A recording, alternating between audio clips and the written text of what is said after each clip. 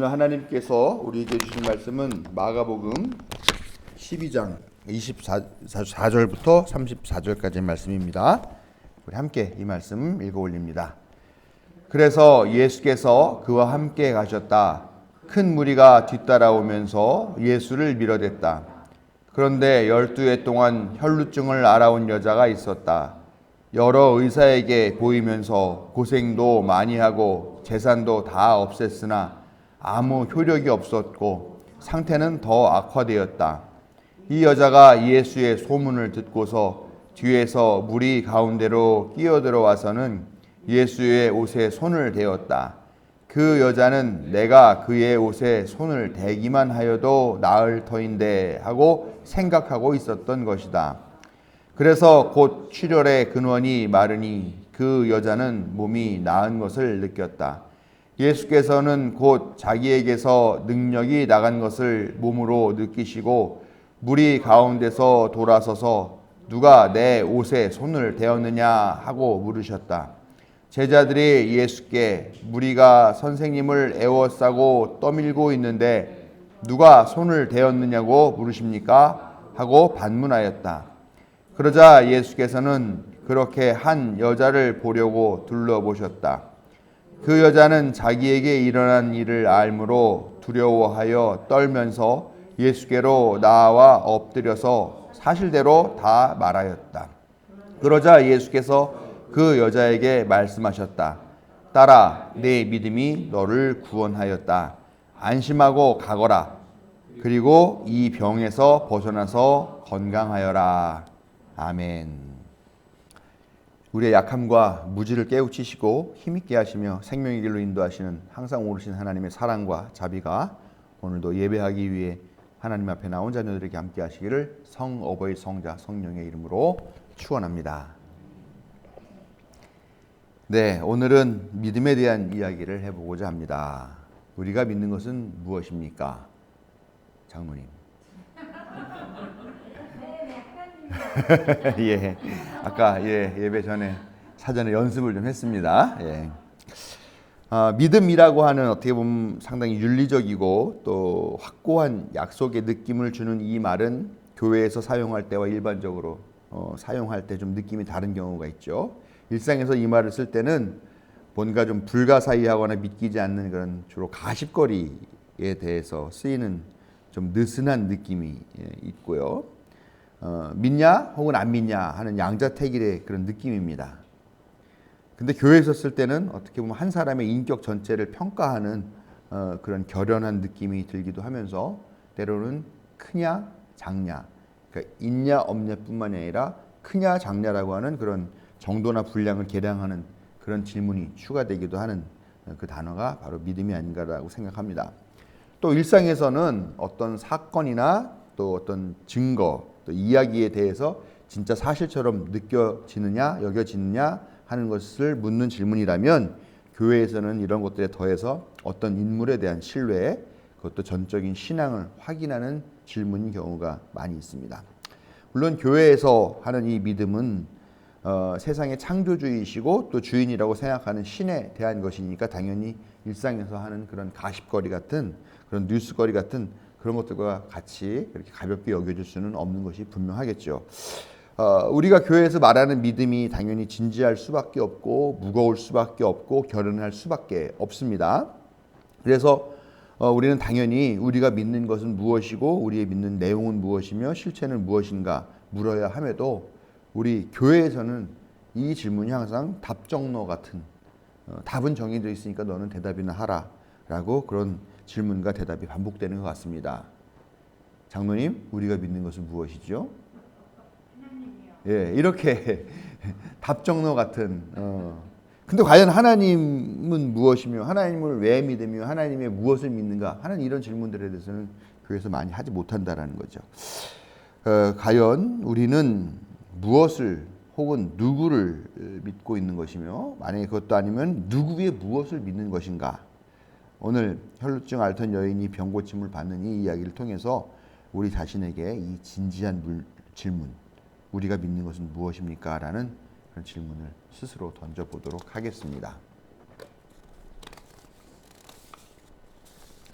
오늘 말씀은 많은 사람들이 예수님을 둘러싸고 따라오는 그런 공간적인 배경과 더불어서 12회 동안 혈루증을 앓아온 여인을 소개하면서 말씀을 시작하고 있습니다.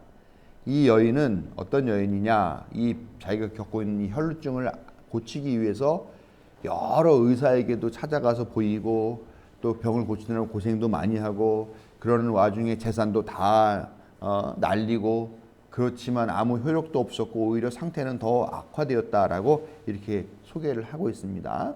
사실 뭐 이 이야기는 나중에 들은 이야기를 앞에다 이렇게 끌어다 놔서 이 여인에 대해 설명을 한 거죠. 아무튼 어쨌건 이 여인은 12년 동안 혈루증을 앓았다라고 합니다. 여기서 혈루증은 우리가 아는 그 혈액이 잘 응고되지가 않아서 계속해서 피가 나오고 흘러나오는 그 병. 그래서 수술을 한번 큰 병에 걸려 수술을 받게 되어도 막 걱정이 많고 막 이런 그 병을 말하는 것이 아니라 여성이 월경 주기와 상관없이 계속 자궁에서 불규칙적으로 피를 흘리는 그런 부인과 질환인 만성 하혈증을 말하는 것이라고 합니다. 이 레위기 15장 보면 여성이 월경을 하는 동안 7일 동안은 부정한 기간이다라고 그렇게 규정을 해버립니다. 그래서 이 월경이 그 여인을 부정하게 만들 뿐만이 아니라 그 여자 자신뿐만이 아니라 그와 닿은 남자, 가족들, 또 그가 누운 자리, 앉았던 자리, 또 그 앉았던 자리와 누웠던 자리에 닿았던 사람들, 특히 남자, 이런 사람들 모두 다 부정해진다라고 해요. 그러니까 한마디로 말해서 이 유대교에서 볼 때는 여성의 월경은 불경한 것. 물론 불경하기 때문에 그러는 것이 아니라 여성의 어떤 위생 상태와 그런 걸 지켜주기 위해서 남자를 좀 멀리하기 위해서 그런 법이다라고 하는 해설도 있지만 어찌됐건 이 여성이 하는 이런 생리적인 현상을 부정한 것으로 그렇게 규정을 했다라는 거죠. 그러니까 이 생리를 하는 이 일주일도 그렇게 부정한 기간으로 봤는데 만성적인 하혈에 걸렸다고 생각해 보세요. 그냥 시도 때도 없이 하혈을 하게 되는데 그러면 그 여자는 언제가 정결한 때냐라고 말할 수가 없는 거죠. 오히려 피 한 번 흘리면 일주일, 피 한 번 흘리면 일주일.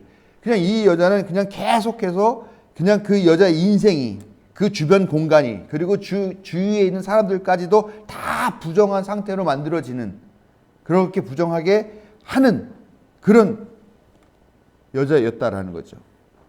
그래서 이 여자가 몇 년을 알았느냐? 12년을 알았다라고 이야기합니다. 12년은 10이라는 숫자는 성서에서 완전수를 의미하는 거죠.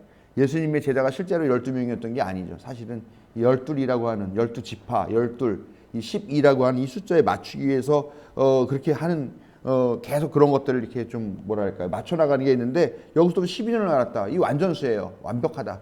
즉 12년 동안을 혈루증을 알았다라고 하는 것은 이 여자는 아주 오래 충분하다고 할 정도로 그렇게 오래 이 병으로 시달렸다라는 것을 의미하는 그런 숫자라는 것이죠.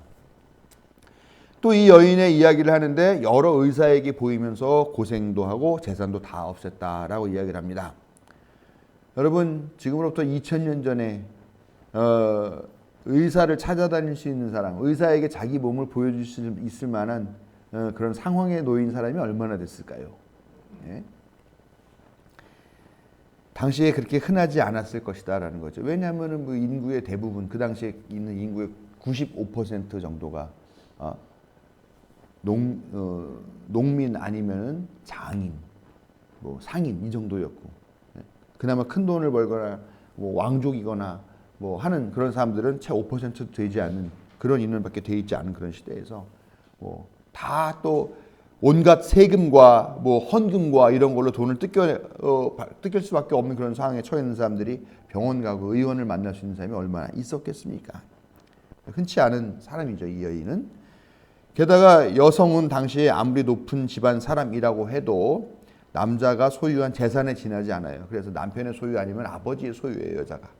물론 집 안에서 사랑받을 수는 있을지 모르지만 사회적으로나 종교적으로 받는 그 여자에 대한 지위는 그냥 재산일 뿐이죠. 그리고 재산을 가질 수 없잖아요. 이 여자에게 주어진 재산도 없습니다. 성경에서 보면은 가끔 가다가 이 여성의 딸에게도 상속을 하라라고 얘기를 하지만 근데 그 상속받은 재산은 결국 그 남편에게 또 돌아가게 돼요. 예. 그렇게 하면서 어쨌든 그 가문의 땅을 유지하려고 하는 그런 노력들을 하기는 합니다만 실질적인 재산 처분권이나 그 재산을 활용할 수 있는 그런 권리는 여자에게 없는 거죠. 그 여자는 홀로 바깥에 돌아다닐 수 있는 그런 처지도 아니었어. 홀로 행동할 수도 없었고 홀로 선택하거나 결정할 수도 없었던 그런 여자죠. 근데 그런 상황에서 이 여자가 재산을 다 탕진할 정도로 오래 또 강력한 그런 치료를 받을 수 있었다라고 한다면 이 여자는 사실 아버지나 남편으로부터 또 가족으로부터 엄청나게 많은 사랑을 받은 그런 여인이라고 우리가 추측을 할 수가 있습니다. 재산도 꽤 넉넉했던 사람, 꽤 많이 사랑받았던 사람, 그리고 아무튼 뭐 병원도 다닐 수 있을 만한 그런 지위에 있었던 사람이라고 추측할 수 있었죠. 그렇지만 장병에는 효자가 없다 그러잖아요. 재산도 없어지고 병도 낫지 않고 오히려 더 악화되고 있죠. 종교적으로는 계속 부정한 상태가 되어서 옆에 있는 사람들에게도 민폐가 되죠. 왜냐하면 그 부정한 상태에서 벗어나려면 그냥 벗어나는 게 아니거든요. 매번 부정한 상태가 끝났다는 것을 증명하기 위해서 비둘기 한 마리나 뭐 이런 거 갖다가 제사를 드려야 되는 거죠. 그런데 부정하게 된 사람은 그 여인뿐만 아니라 그 여인 때문에 부정하게 된 다른 사람들까지도 다 제사를 지내야 되는 그런 절차를 거쳐야 되니까 그게 얼마나 그 가족들이나 주위에 있는 사람들에게 민폐이고 얼마나 피곤하게 하는 그런 상황이었겠어요. 그러니까 아무리 그렇게 재산이 있고 뭐 한다 하더라도 이 장병 앞에서 이 여인의 가족들 그래도 이 여인을 사랑했던 그 남편, 아버지 혹은 가족들이라 할지라도 이제는 지치지 않았겠는가라는 생각을 한다는 거죠. 가족들이 외면하고 무시하고 포기하는 그런 상태에 놓였을 테고 그렇기 때문에 이 여자가 집 밖을 나와가지고 농민이나 별로 바쁘지 않은 시기에 농민이나 아니면 할 일 없어서 떠돌아다니면서 누가 와가지고 설교하는 거 와서 그 앞에 이렇게 쭈그리고 앉아서 들을 수 있는 그런 사람들이 떠도는 그런 사람들이 있는 가운데 섞여서 예수님을 따르는 게 가능하지 않았겠나 우리가 추측할 수 있다는 거죠. 그렇죠? 이제 병에 걸렸는데 자기도 포기하고 가족들도 포기하고 이 남들이 뭐 그냥 내 몸에 닿아서 무슨 뭐 저기 부정이 치거나 말거나 아유 될 대로 되라 이런 정말 자포자기의 심정이 될 수밖에 없는 그런 상황이었을 것이라는 거죠. 유대교 법으로 보면은 그때 이 여인 주위에서 예수님을 따라가다가 부딪히고 닿은 사람들 그런 사람들이 그걸 인식하거나 인식하지 못하거나 어찌됐거나 모두 다 부정한 사람이 되는 거예요. 이것도 종교적으로 보면 매우 심각한 민폐라고 할 수가 있죠. 요즘식으로 따지면 이런 거죠. 에이즈 환자가 자기의 에이즈 발병 사실을 감추고 불특정 다수의 사람들과 관계를 가진 것처럼 우리가 그걸 보면서 다 잘했다라고 얘기하는 사람 없죠. 물론 그 사람이 처한 상황이 안타깝고 뭐 그 사람이 어떤 뭐 부도덕한 행위로 그렇게 한 사람들이 있었겠지만 뭐 수혈을 잘못 받아서 그렇게 된 사람들이 있겠지만 그럼에도 불구하고 그런 태도에 대해서 무례하다고 여기고 심지어는 범죄라고까지 여기지 않습니까? 근데 이 여인은 지금 그런 일을 감행한 것이라는 거죠. 어쨌건 이 여인은 예수의 소문을 들었다라고 해요. 소문을 듣고서 소문을 들었다고 그런 거 맞죠? 네, 예수의 소문을 듣고서 어떤 마음을 먹냐? 내가 그의 옷에 손을 대기만 하여도 나을 터인데 하고 생각하였다고 그렇습니다. 그런 생각을 해가지고 그래서 사람들 틈에 자기가 다른 사람을 부정하게 하는 그런 민폐를 끼치는 사람에도 불구하고 다른 사람들 틈에 섞여서 예수님 가까이 접근하고 실제로 그 옷을 만집니다. 미신 같죠, 사실. 그렇죠? 예? 우리 목사님이 아주 영역이 뛰어나가지고 우리 목사님 저기 머리카락 하나 갖고 와가지고 그거를 탁 품고 있으면 뭐 몸이 건강해져. 뭐 이런 거가 비슷한 거 아니에요. 그 사람이 옷만 만져도. 제가 예를 저로 들어서 별로 호응이 없는 것 같은데 저도 가끔은 이제 능력이 좀 나오기도 합니다. 아무튼 미신 같죠. 그리고 사실 이 여인이 했던 것들이 믿음이라고 하기에는 뭔가 많이 다르죠. 왜냐하면 여기에도 그 여자가 믿음을 갖고서 그 예수님 옷을 만졌다고 그러지 않고요. 내가 예수님의 옷만 만져도 내 병이 나을 터인데라고 생각을 했다는 거예요. 그냥 생각한 거예요. 막연한 기대를 갖고 이랬으면 좋겠다라고 하는 바람 정도였던 것이죠. 사실은. 그럼에도 불구하고 이렇게 미신적인 행동을 하게 된 이유는 뭐냐면 절박함이었을 거라는 거죠. 지푸라기라도 잡고 싶은 심정. 12년 동안 야 나도 이제 끝까지 왔다. 더 이상은 못 참겠다. 죽기 살기다. 이거라도 한번 해보자 하는 그런 심정이었겠죠. 근데 오늘 말씀 보면 여인이 예수님의 옷에 손을 대자 기적이 벌어졌죠. 출혈의 근원이 곧 말랐고 그 여자도 몸이 나은 것을 느꼈다라고 전하고 있습니다. 이 가정이 얼마나 시간이 걸렸을까요? 예수님이 길을 가고 있는데 사람들이 따르고 있죠. 그러고 나서 이 여인이 와서 사람들 틈을 비집고 와서 예수님께 바로 와서 그 옷을 터치를 했어요. 이 과정이 예수님의 옷을 만지고 자기의 근원이 말랐고 그 다음에 그 여인도 내 몸이 나았어라고 하는 요 시간이 얼마 정도 됐을까요? 몇 초? 길면 몇 분?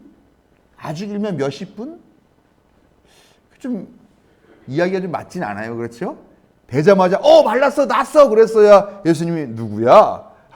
나와 이렇게 얘기를 했을 텐데 아무튼 그런 것도 이렇게 순식간에 벌어졌다. 좀 상식적이진 않은 이야기입니다만 어쨌건 예수님은 자기에게서 능력이 나간 걸 느끼시고 한 여자를 보려고 둘러보셨다라고 합니다. 그제서야 이 여자는 자기가 두려워 떨면서 예수님께 나와서 사실은 이러이러합니다. 내가 만성 하혈증에 걸려 있고 12년 동안 이걸 앓고 있고 우리 집 잘 살아가지고 돈도 많았는데 그거 내 병 고치느라고 돈 다 써버렸는데 사실은 고치지도 못하고 지금 상황이 더 악화되고 내가 12년 동안 이렇게 살다 보니까 너무 힘들어서 이젠 도저히 못 참겠다. 지푸라기라도 잡는 심정으로 당신 소문이 유명해서 한번 옷이라도 만져보려고 나왔습니다. 이렇게 이야기를 했죠. 근데 그 이야기를 다 들은 예수님께서 그 여자에게 뭐라고 말씀하시느냐? 딸아, 내 믿음이 너를 구원하였다. 안심하고 가거라. 그리고 이 병에서 벗어나서 건강하여라. 라고 말씀하셨더라라는 겁니다. 이 여자는요, 사실은 믿음이 있는 여자가 아니잖아요. 그냥 내가 저 사람 옷만 만져봐도 나을지 모를 텐데 하는 그런 생각을 했다고 그랬어요. 근데 그 생각을 하고 와서 실제로 이 예수님 옷을 만졌는데 어쨌건 나았어요. 근데 예수님은 이 여자의 이 행동을 보고 내 믿음이 너를 구원했다라고 하면서 믿음이라고 인정을 해 주시더라라는 겁니다. 이 여인의 행동과 이 동기가 무엇이었길래 예수님은 이것을 믿음이다라고, 그것도 그냥 믿음이 아니라 구원할 수 있는 능력 있는 믿음이라고 인정을 하셨을까? 우리가 궁금하게 생각할 수밖에 없다는 거죠. 이 여인은 과연 무엇을 믿고 무슨 생각을 하고 이 행동을 감행했을까? 우리는 그 여인의 절박한 상황이 이 병에서 노연하고 싶다고 하는 간절한 소원이 있었다는 것만 알 뿐이지, 그리고 단지 소문으로만 이 예수님에 대한 생각을 들었다라는 것이지 정말 이 여인이 예수님에 대해서 절대적인 신뢰를 갖고 만지기만 해도 나을 것이다라고 하는 그런 우리가 말하는 그런 막 기적을 만드는 그런 믿음까지 있었을까? 그렇게 말하기에는 많이 부족하지 않은가라고 생각할 수밖에 없습니다. 근데 오늘 예수님의 말씀에서 뭔가 실마리를 찾을 수 있을 것 같아요. 예수님이 이렇게 말씀하죠. 내 믿음이 너를 구원하였다. 이 병에서 벗어나서 건강하여라. 왜 예수님은요, 내 믿음이 내 병을 고쳤다라고 말하지 않고 내 믿음이 너를 구원하였다라고 얘기를 했을까요? 물론 이 여자에게 있어서 이 병이라고 하는 것이 그 여자의 모든 인생에 지금 가장 중요한 이슈이기도 하고 그 여인을 상황을 규정하는 가장 중요한 어떤 조건인 것이 분명합니다만, 그래서 이 병이 나아야만 구원받을 수 있겠다고 생각할 수 있겠지만, 근데 왜 예수님은 내 믿음이 내 병을 고쳤다라고 분명하게 말씀하시지 않고 너를 구원하였다라고 하는 좀 더 포괄적이고 좀 더 영적인 이런 표현을 쓰면서 말씀하셨을까라는 거예요. 그리고요, 이 여인은 분명히 예수님의 옷을 만진 그 행동을 통해서 뭐라고 그랬냐? 이 병의 근원, 출혈의 근원이 말랐다라고 얘기했고, 이 여자도 병이 나은 것을 느꼈다라고 그렇게 얘기를 해요. 그런데 이미 병에서 낫고 건강해졌을 텐데 예수님이 뭐라고 말하느냐? 야, 이제 넌 이 병에서 벗어났으니 건강해졌다 라는 과거형이나 아니면 현재형으로 얘기를 하는 게 아니라 벗어나서 건강하여라 라고 하는 약간 알쏭달쏭하면서 미래형 같은 그런 느낌으로 말씀을 하시더라라는 거죠. 저는 약간 이 구절을 읽으면서 자꾸 불손하게 생각을 했어요. 어쩌면은 그 병 자체가 나은 것이 아닐지도 모르겠다. 병 자체가 나은 것을 말하는 것은 아닐 수도 있겠구나. 참 불경하죠? 예수님의 이 기적을 이런 식으로. 근데요, 저는 어떻게 보면 더 중요할 수 있겠다는 생각이 들어요. 이 여자는 혈루증만이 아니라 사회적, 종교적 관습으로부터 억압받는 그런 수동적인 존재였었습니다. 여인이라서 남자의 도움 없이는 스스로 할 수 있는 것이 아무것도 없어요. 예, 나돌아다닐 수도 없습니다. 또 게다가 그는 종교적으로 부정한 존재입니다. 몸을 다른 사람의 몸에 닿는 것만으로도 그 사람을 부정하게 만드는 그런, 어떻게 보면은 사람들이 다 기피하고 싫어하는 그런 똥덩어리 같은 그런 존재였다라는 거죠. 그 자신의 몸도 아파요. 아프고 피를 매일 흘리는데 얼마나 피가 모질하겠어요. 빈혈 증세로 맨날 여기저기 쓰러지는 일도 있었을 수도 있겠죠.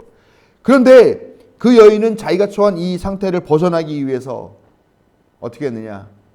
자기를 항상 돌보고 자기를 보살펴주고 해주는 그런 가족이 있는 그 집 안을 나와서 사람들의 틈 속으로 들어갔습니다. 아까 말씀드렸듯이 거기가 무슨 고귀한 사람들이 모이는 그런 고귀한 자리가 아니에요. 할 일 없이 일거리 없어가지고 누가 아는 연설하는 것도 와서 듣고 있는 그런 한가한 사람들, 별 볼 일 없는 사람들, 그런 사람들이 있는 그 틈 바구니 안으로 들어갔더라는 거죠. 그리고 들어가서 예수님의 옷을 만지는 과감한 능동적인 시도를 해냈다는 것입니다. 여러분, 이것 자체가 이미 당시에는 상상할 수 없는 대단히 혁명적인 그런 시도였고 행동이었다는 거예요. 여자가 어딜 밖에 나와가지고, 그리고 남자들 틈 속으로 들어가서 그 남자의 옷을 만지고, 종교적으로 부정한 존재임에도 불구하고 다른 사람에게 민폐까지 끼치면서 그렇게 하면서까지 옷을 만지는 행동을 했다. 그런데 그 순간 피가 멎었죠. 구약성서에서는 누차 얘기합니다. 피가 뭐냐? 피는 생명이다. 그러니까 절대 피는 마시면 안 된다. 왜냐하면 그건 생명 하나님께 속한 거니까. 이런 얘기가 계속 나오죠. 여러분, 피가 계속 흐른다는 얘기는 뭐겠어요? 계속 생명이 소진되고 있고 생명이 빠져나가고 생명력을 잃어가고 있다는 이야기잖아요. 근데 지금 피가 멎었다라고 하는 것은 이제 그 생명력이 누출되고 죽어가고 있는 그런 것들이 끝났고 이제는 완전한 생명으로 회복되기 시작하는 그런 전환점이 있다는 것을 의미한다는 것입니다. 예수님의 눈에는요, 이 여인은 어떤 여인처럼 보였을까? 이제 너에게 혈루증 같은 거는 중요한 게 아니야. 이 병과는 관계없이 너는 너의 삶을 스스로 개척하고 선택하고 결정하고 행동할 수 있는 사람이 되었다로 보인 거죠. 이제 진짜로 어떤 그냥 인형 같은 존재가 아니라 하나님의 자녀로서의 품격과 능력을 갖게 된 그런 사람이 된 것으로 예수님은 보셨다는 거죠. 더 이상 이 혈루병이라는 이 병 자체가 실제로 있을지 없을지, 나았을지 덜 나았을지 아니면은 하나도 안 나았을지 모르지만 어쨌건 이 병이 그 여인의 삶을 더 이상 좀먹게 할 수 없을 정도로 이 여성은 건강한 영혼을 가진 사람으로 거듭났다는 것을 예수님은 분명히 아셨고 그것을 선언해 주셨다라는 것입니다. 이 모든 사건 전반에서 보면은 예수님은 변화의 동기가 되었죠. 변화의 선언자로서 등장하고 있습니다. 이 여인은 변화를 위한 행동의 주체로 등장하고 있죠. 어떻게 보면 예수님이 오히려 더 조연 같은 느낌으로 그렇게 보일 수도 있습니다. 그러나 그럼에도 예수님은 이것을 믿음이었다라고 인정하고 승인하고 사람들 앞에서 선포해 주셨다라는 것입니다.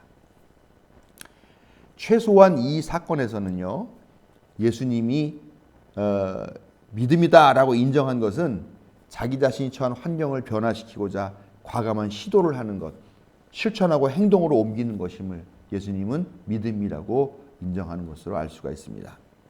물론 이 모든 사건에서 예수님이 동기이시고 신뢰의 출발점이고 완성의 선포자가 되어주셨습니다. 믿음이라는 것은 예수님의 존재와 예수님의 가르침을 통해서 우리 삶이 변화하고 우리가 하나님의 자녀답게 살 수 있을 것이라는 것을 신뢰하고 그것을 실천으로 옮기는 행동을 모두 다 포함하고 총괄하는 그런 개념이라는 것을 오늘 이 이야기를 통해서 우리가 깨닫게 될 것입니다. 그러면 이제 남은 질문이 있죠. 우리가 믿는 것은 무엇이냐? 믿습니까? 아멘, 아멘. 어디 가서나 하죠. 저는 그런 데 가면 너무 그 자리가 불편해요. 뭔지도 제대로 말 안 하고 무조건 믿습니까? 믿습니까? 거기에 또 앵무새처럼 그냥 되뇌잖아요. 아멘, 아멘, 믿습니다, 믿습니다. 근데 그게 믿음이 아니라는 것들이 점점 우리의 지성이 높아가면서 깨닫게 되잖아요. 정말 우리에게 있어 믿음이란 무엇인가? 이런 것들을 되묻지 않을 수 없는 그 때가 지금 우리가 살고 있는 이 시대라는 것이죠. 이제 우리의 믿음을 이렇게 고백을 해야 되지 않을까. 우리는 예수님을 통해 하나님의 나라를 보았습니다. 그래서 도우심을 믿고 하나님 나라로 나아가는 변화의 실천을 하겠습니다. 이렇게 말하는 것이 이 시대의 믿음이 아닐까 하는 그런 생각들을 하게 된다는 것이죠. 여러분들도 한번 오늘 말씀을 통해서 진짜 우리가 예수님께서 우리에게 믿음이 있구나, 너의 믿음이 너를 구원하였다라고 말씀하신다면 과연 그 믿음이 나에게는 무엇일까 하는 것들을 생각해 보시면서 이 혈루증을 12년 동안 앓으면서 온갖 힘들고 고난스러운 고통스러운 삶을 살았던 이 여인이 취했던 행동, 그리고 내가 이 여인의 행동에서 이 결단, 또 그의 모든 것들을 포함하는 그 믿음이 나에게는 어떤 모습으로 나타나야 할 것인가 하는 것들을 고민해보고 살아가신 한 주간이 되시기를 부탁을 드립니다. 마음속에 주신 하나님의 교훈으로 삶의 변화를 이루는 성도 여러분들에게 하나님의 크신 사랑과 자비가 함께 하시기를 축원합니다.